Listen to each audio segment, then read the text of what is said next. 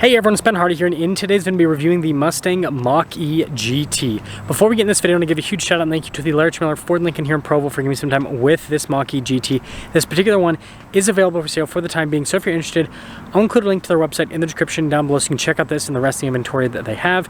And then on a side note, if you want to save time and money the next time you purchase a car, link to my car buying guide in the description down below. Let's get into it.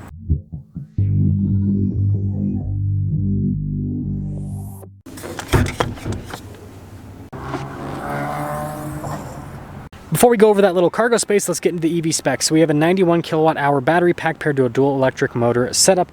This produces 480 horsepower and about 600 pound-feet of torque, and then driving range is 270 miles. And here is a quick look at the cargo area. This is a front trunk, which is really cool. Have a little escape button, so that's how you know that it's quite spacious. Now, before we go to the front end, I do want to mention, if you want to see more videos just like this, then I recommend you subscribe because I post content every single day. So starting with the hood design, you guys can see the lines there on either side. And by the way, I love this red paint. Coming down below, really sharp looking daytime running lights with the LED headlamps. And then you guys can see the blacked out trim right there. Parking sensors integrated into the front end with the Mustang horse there. Notice how everything's closed off for aerodynamic efficiency, and then really aggressive front splitter. Putting it all together, this is still probably my favorite EV crossover on the market when it comes to looks. Now, coming around the side here, our tire wheel setup is 245, 45, 20 in the front and over in the rear. You guys can see the wheels are mostly closed off to help out with aerodynamic efficiency. And then look at the size of the brakes. Obviously, you know, being a performance-oriented EV, you're going to need bigger brakes.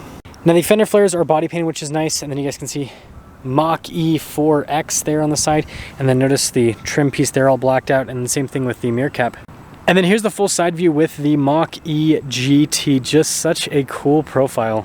Now here's a quick look at the key fob. We have our unlock function, our lock function that opens up the hatch, and then the Mustang horse in the back. And speaking of the rear, you guys can see here with the mats that come from the factory, and storage space back here is actually really solid compared to the Model Y. I think it's just a little bit smaller, but still super practical overall. And when you're all done, just press that button. That will lower the hatch right back down. I love how the roof's all blacked out. That looks cool. And then of course we've got the Mustang style taillights, GT badge there in the center, and then we've got parking sensors at the bottom. Putting it all together, let me know what you guys think about the looks, but again, for an EV, I think it just looks cool. Now taking a look at the door panel, material use is actually really nice. So it's soft touch here at the top, and then look at the trim down below, and then I love this for the handle to pop it. And then taking a look at the seat, you guys can see here with all of the stitching that goes down the center and all the piping as well. Now legroom here in the rear is really good. We've got a little storage pocket, we got some vents here in the back, some USB action. By the way, these seats are very comfortable to sit in, and some cup holder action. And then last but not least, headroom's good. Now taking a look at the front door panel, you guys can see again with the soft touch here, and then look at the trim down below. Really cool looking. All of our window controls, mirror adjustments, they do power fold in, got memory seats and blind spot monitoring. And then taking a look at the front seat, you guys can see with all of the stitching. And we got our power adjustments here on the side, and then our light controls right here, and then look at all of this. Looks really cool.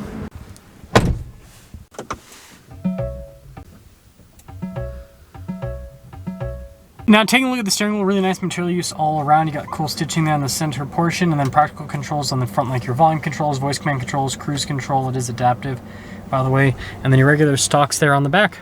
And then you guys can see here with the gauge cluster, you got this cool digital gauge cluster. Notice it shows us the range there on the side, so 252 miles, 94% state of charge. And this is something that the Tesla Model Y doesn't have that I wish that it had.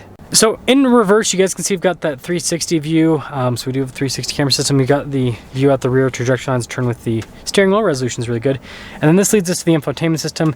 This is Ford's vertical tablet system. I'm not really a fan. I prefer horizontally opposed, but as you can see, we've got shortcuts, everything, so it's really easy to use. So you've got your stuff for your climate, you've got kind of like the main screen here, and then you know, it's got a little home screen button there at the top. That'll pull down a menu. You can always access the camera really easily, and then you press this tab, and this will pull down all the vehicle stuff, so we can turn on like the one-pedal drive, for example. Propulsion sound, which is also pretty cool. And then this is where you can also, you know, just access different things, like you've got your phone, you can go into the vehicle, which apparently takes a second to load up. But overall, easy system to use. Got some USB and some wireless phone charging pad action down there. Cup holders, parking assist, hazard lights, parking brake. Got dial shifter, GT here on the armrest, and then the center console is actually down there, which is kind of interesting.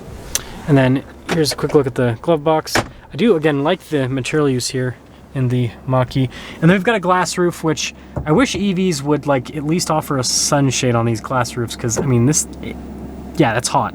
So sorry about the glare, but anyways, Mach-e GT, total MSRP after all options, $66,530. And let's see how it drives. Well, let's talk about visibility before we set off. Here's your visibility over the hood, both the mirrors. We should do a blind spot monitoring throughout the rest of the rear. And, well, Mach-e GT way. We've got some things to talk about. Make some comparisons to Tesla, and just talk about the EV world in general, I guess, in today's video, because, yeah, it's crazy. Like, just over the course of a year, I mean, EV sales are technically up in terms of volume, but production, it seems like, is outpacing demand for most regions here in the US. Now, Utah here is actually kind of an outlier. Utah still has much higher demand for EVs compared to the rest of the nation, which is interesting.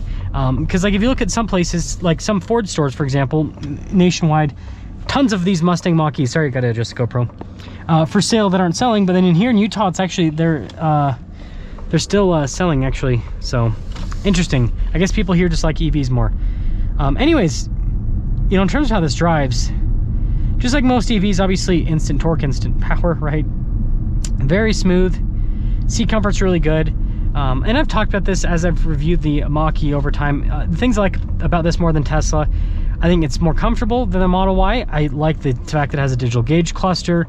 I think it's easier to use because you have like normal car controls. Like not everything is built into the infotainment system, which I think is a huge plus. And so, you know, I just think that there's a lot of benefit of this over the Tesla. And yeah, just like most EVs, it's fast. It is very, very fast. I mean, yeah, just having all of that power and all that torque right off the bat. Balanced, so Engage is balanced drive, everyday fun. Exhilarating drive, machine and road align as one. More responsive acceleration and steering. Interesting. So it goes like all out with everything there. And yeah, the steering definitely does have more of like a weighted feel compared to what it had before. So yeah, to kind of like, you know, sum things up here with this Mustang Mach-e review and kind of talk about the EV market. So, you know, EVs over the course of the pandemic, it seems like, oh, and that person stole my parking space. Anyways, it seems like people are really hyped up about them. And it seems like a lot of that has kind of pulled back, which I find interesting, right? So let me know if you were considering an EV during the pandemic and now you're not. Kind of let me know like your thoughts and all of that kind of stuff there. And then, you know, some other stuff. You know, I still think this is a better car than a Tesla Model Y. The range is pretty much there. The acceleration's there. I think it looks better. I think the interior is more usable. I think this is a nicer interior. It seems like finish is better. Again, just still don't have Tesla's charging network. And I'm trying to find somewhere to park. I don't know exactly where I'm gonna park here. But you know, there's a lot of upsides to this over Tesla. So, but you know, I guess another thing is the price, because Tesla's had their big price cuts. So it's definitely shaken things up overall.